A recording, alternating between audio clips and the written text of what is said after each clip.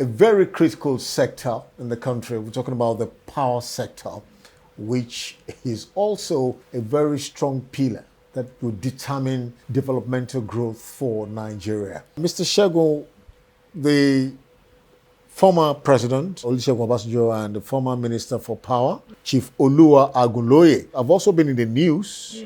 And former President Olusegun Obasanjo has said that he's ready to testify. But now, the issue is this. The power sector, over the years, even under Jonathan Yaradua, the country has spent billions of dollars from one project to the other, all in the bid to try to improve power. The bottom line is we're talking probe here. Should President Bola Ahmed Tinubu probe the power sector? Apart from the NNPC, the CBN, in fact, if there is any other sector that should be probed in this country, back to like the last 3 regimes, it's the power sector. Like you said, President Olusegun Obasanjo spent about $16 billion on that sector, and still up till today. The time of President Olusegun Obasanjo, I think in 2003, something happened. There was a contract that was entered into by one of his ministers. His minister for power and steel at that time, Olusegun, signed a $6 billion contract with a foreign power generating company called Sunrise. They call it the Mambila Power Project contract. They call it BOT. Build, operate for some time, and transfer. How and why is this coming up now? Like I said, it's not the current presidency that is probing. Do you know that the foreign consultants, they've taken Nigeria to court, just like the P&ID stuff. That Nigeria signed a $6 billion contract with them, but at some point they violated the terms and conditions of, that kind of it. And they are asking for $2.3 billion in settlements. And the matter is in France, is in a court in France. So they called upon the presidency that, oh yeah, what is happening?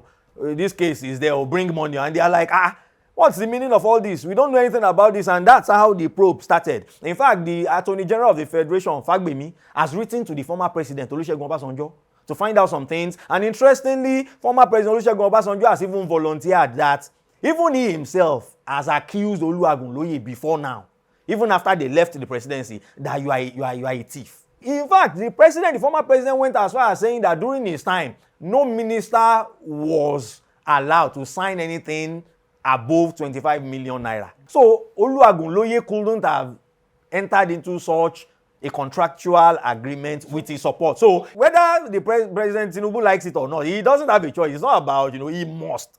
Because we must fight back. We can't just sit and where are we going to get $2.3 billion to pay for a scam of a contract that we never authorized? So it's obvious that this president of the government currently has actually, how would I put it, inherited a lot of liabilities. Yeah, and they didn't even have to investigate and dig this one up. This one came up by itself because somebody sued us. And so, and thank God, I like the fact that the former president Olusegun Obasanjo has volunteered to. In fact, I think that will set a very good precedence.